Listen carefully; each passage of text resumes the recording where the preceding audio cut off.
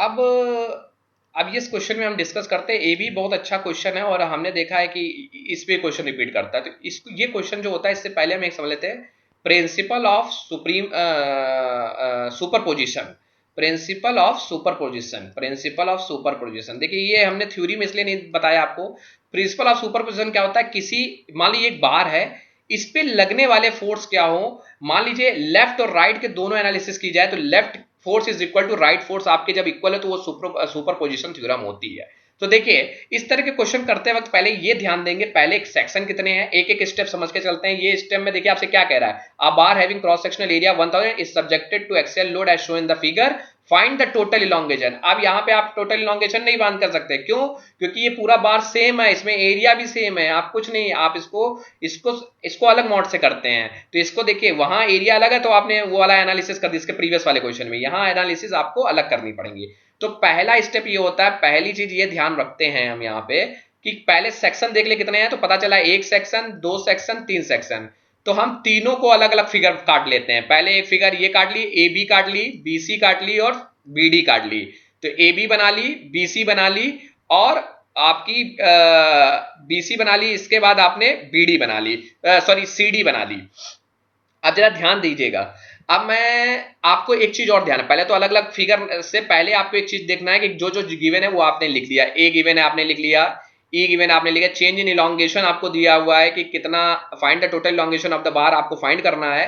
अब आपको यहाँ सुपर पोजिशन का या इक्विलिब्रियम कंडीशन लगाना है। सुपर पोजिशन मतलब ये देखिए कि लेफ्ट साइड फोर्स जो लग रहे हैं वो राइट साइड फोर्स के इक्वल है या नहीं है। तो आप देखिए इधर कितना जा रहा है 50, ये 50, तो लिख दीजिए 50 इधर जा रहा है, प्लस आपका और किधर कितना आ रहा है 20 आ रहा है, और कितना आ रहा है 10 आ रहा है, और उधर कितना जा रहा है, उधर आपका जा रहा है 80। तो इज इक्वल टू आपने कितना लिख दिया उधर 80। एरो से देख के निकालते हैं, इधर वाले एरो इधर लिखे जाते हैं, उधर वाले उधर लिखे जाते हैं। तो 50 प्लस 30 70 प्लस 1 80, तो 80 इज इक्वल टू 80। मतलब ये पूरा बार क्या है, इक्विलिब्रियम में। सुपरपोजिशन थ्योरम इस पे ठीक है, मतलब सुपरपोजिशन लगेगा।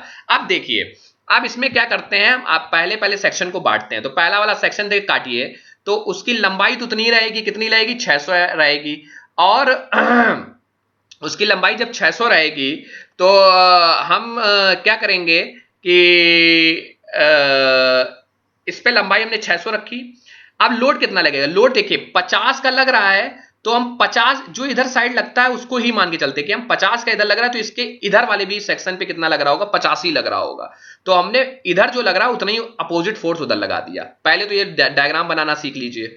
अब देखिए जरा बीसी वाले पोर्शन पे आ जाइए। बीसी वाले पोर्शन के देखिए, इस वाले वॉल से नहीं लेंगे, सी वाले वॉल से लेते हैं। तो पता क्या चल रहा है कि हमारा लग कितना रहा है, हमारा लग रहा है 20। देखो क्या है, 80 किलो न्यूटन में क्या है कि स्प्लिट इनटू 50 20 एंड 10। किसमें 80 को स्प्लिट कैसे किया उसने, 50 80 किलो न्यूटन के फोर्स को उसने कैसे स्प्लिट किया है, 50 20 और 10 में। तो पहले देखिए कि 50 लगा दो एक में, तो 50 आपका लग गया। अब इस इधर वाले बीसी में कितना लग रहा है, 20 लग रहा है। तो 20 देखिए अंदर की तरफ लगा, कंप्रेसिव जैसा इधर लग रहा होगा वैसे ही अंदर लगा दो, तो ये कंप्रेसिव लग जाएगा। और इधर कितना लग रहा है 10, तो 10 अंदर की तरफ लग रहा है, तो इधर से भी 10 अंदर की तरफ लगा दो, कोई दिक्कत। कि ये हमें देखना होता है कि जो बड़ा वाला फोर्स है वो कितने में स्प्लिट हुआ। देखिए 80 यहां स्प्लिट कितना हुआ, 50 20 और 10 में, तभी तो इक्वल 80 हुआ। तो पहले वाले में 50 लगेगा, दूसरे वाले में पहले वाले में टेंसाइल लग रहा है क्योंकि बाहर की तरफ है, तो टेंसाइल दूसरी तरफ भी लगा देंगे। अंदर बीसी में कितना 20 अंदर की तरफ लग रहा है, तो 20 इधर से भी लगा देंगे। और इधर से सीडी में कितना 10 इधर से लग रहा है, तो इधर लगा देंगे। अब देखिए एक एक की एनालिसिस करते हैं, पार्ट ए बी की एनालिसिस करते हैं।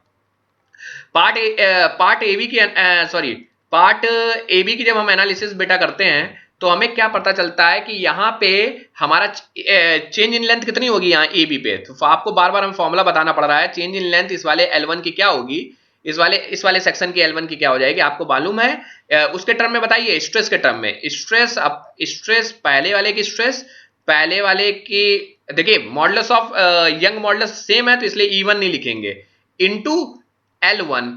तो सिग्मा को और चेंज करके क्या लिख सकते हैं, हम सिग्मा को लिख सकते हैं in the term of force P upon, आप लिख सकते हैं एरिया। तो P क्या हो जाएगा, P1 कितना लग रहा है 50, तो 50 इंटू 10 टू द पावर 3 क्योंकि किलो है। एरिया क्या हो जाएगा पाई बाई 4 डी स्क्वायर। तो आप देखिए एरिया एरिया आप कैलकुलेट करना चाहें तो एरिया सभी का क्या है, क्योंकि क्रॉस सेक्शनल एरिया सबकी क्या है 1000 mm² है, तो एरिया आप 1000 सभी का रख दीजिए, क्योंकि कह रहा है having cross sectional area 1000 mm²। तो 1000 उसकी एरिया दिए, तो आपको कैलकुलेट करने की जरूरत नहीं है, 1000 सबका दिया है। इंटू ई 1.05 इंटू 10⁵ आपको लगा, इंटू क्या होगा 600, उसका क्या हो जाएगा, ये आपका क्या है लेंथ कितनी है 600। इसी तरीके बीसी का जरा निकालो, बीसी के लिए एरिया क्या हो जाएगा 1000 हो जाएगा, उसके बाद लोड कितना हो जाएगा 20 किलो न्यूटन, 20 इंटू 10⁻3, और ई आपका सेम है और लेंथ उसकी कितनी हो जाएगी 1 मीटर हो जाएगी। अब जरा इस पे आइए P3 पे, P3 पे आपका ये कितना हो जाएगा आपका, यहां पे देखिए यहां पे एनालिसिस जब हम करेंगे तो यहां पे इस वाले पे देखिए आपकी एनालिसिस जब करेंगे तो ये इधर देखिए लग कितना रहा है हमारा, हम बी से डी की एनालिसिस करते हैं, लास्ट में हम बी से डी की analysis. Part B C is subjected to compressive load of 20 kilo newton and part B D is subjected to compressive load of 10 kilo newton. तो हम एक पार्ट ये छोड़ देते बड़ा वाला, फिर इसके बाद दोनों को बैलेंस करना होता है, तो बी सी और एक को बना दिया बी डी। तो बी डी पे कितना लग रहा है, बी डी की लंबाई कितनी हो जाएगी 1 + 1 + 2 तो 2.22 मीटर। तो आपका तीसरा कितना निकल आएगा 1000 लोड इंटू 1000 आपकी area 1.5 into multiply by this आपका, तो आपका पूरा करेंगे। अब देखिएगा अब टोटल इलॉन्गेशन कितना निकलेगा, पहले टोटल इलॉन्गेशन को समझे हम। टोटल इलॉन्गेशन बेटा यहां पे बढ़ेगी लेंथ, यहां घटेगी यहां, तो टोटल इलॉन्गेशन का यहां फॉर्मूला कैसे आप लिखेंगे, यहां टोटल इलॉन्गेशन का formula DL is equal to क्या हो जाएगा L1, क्योंकि यहां बढ़ेगी यहां आपकी घटेगी और यहां पर भी आपकी क्या होगी घटेगी। क्यों घटेगी, क्योंकि यहां टेंसाइल फोर्स है इसलिए लेंथ बढ़ेगी, यहां पे आपकी कंप्रेसिव फोर्स है इसलिए दबेगी, यहां पे कितना फोर्स है कंप्रेसिव इसलिए दबेगी। तो इस तरह के क्वेश्चन को हम लोग इस तरह करते हो, बहुत इंपॉर्टेंट क्वेश्चन है, हर बार आता है यूपीटीओ में कि एनालिसिस ऑफ ये निकालिए सुपरपोजिशन या इक्विलिब्रियम कंडीशन से। तो इस तरह करते हैं, पहले क्या करेंगे आप स्प्लिट कर देंगे, पहले ये देखेंगे कि लोड सारे बराबर है नहीं, एक मतलब 80 किलो न्यूटन का देखिए इसमें लग रहा था, तो उसमें जो 80 बराबर है नहीं बराबर है, एक तरफ लगने वाला फोर्स दूसरे के लगने वाले फोर्स से बराबर है या नहीं बराबर, नहीं बराबर तो आप बराबर करेंगे कहीं पे लगा के।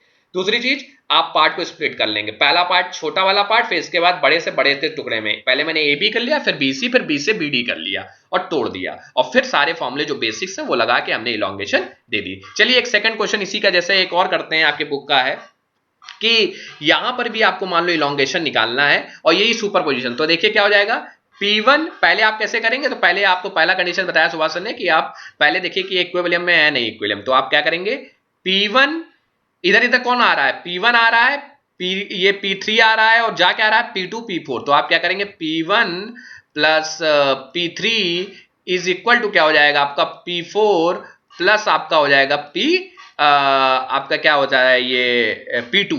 तो देखिए P1 plus P3 is equal to P2 plus 4, और एरिया कितना आपको दिया है, आपको ये लोड की वैल्यू निकालनी है, आपको सॉरी P1 की वैल्यू आपको 45 दी है, P3 की वैल्यू 450 दी है और आपको सारी वैल्यू दी हुई है। तो आपको डिटरमाइन द टोटल इलॉन्गेशन, आपको टोटल इलॉन्गेशन ही निकालना है। तो देखिए हम एक एक सेक्शन को बांटते हैं, पहले हमने सेक्शन बांट दिया ए बी, फिर आपने बी सी और फिर सी डी।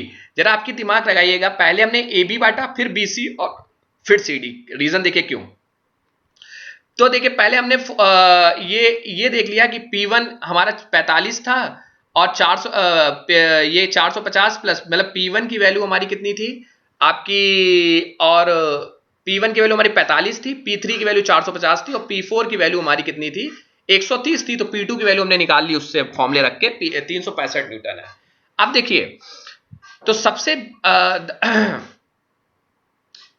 अब ये दिमाग लगाना है हमें कि बेटा यहां पे हमारा ये था सॉरी कि P1 प्लस P2 P3, तो हमारा P1 की वैल्यू हमारी कितनी दी थी, P1 की वैल्यू हमारी दी थी आपकी ये मान के चलते हैं 45 और P3 की वैल्यू थी हमारी 450 और P2 नहीं दिया था, तो P2 इस इक्वेशन से हम निकाल लेंगे क्योंकि P4 की वैल्यू भी हमें 200 P4 की वैल्यू में कितना दिया हुआ है, P4 की वैल्यू 130 दी है, तो P2 की वैल्यू हमारी आ गई 365। तो अब सेक्शन बांटने की बात है, तो देखिए सेक्शन कैसे बटेगा, तो द फोर्स 365, क्योंकि बी पॉइंट पे कितना फोर्स लग रहा है हमारा 365 लग रहा है, और पहले वाले ए पे कितना लग रहा है 45 का लग रहा है, मतलब P1 45 का है और P2 कितना है हमारा 365 का है। तो 365 माइनस, क्योंकि दोनों एरो विपरीत डायरेक्शन में, तो 365 माइनस 45 कितना बचा 300 20 का बचा। तो देखिए पहला वाला सेक्शन में P1 के ही बराबर होगा, तो P1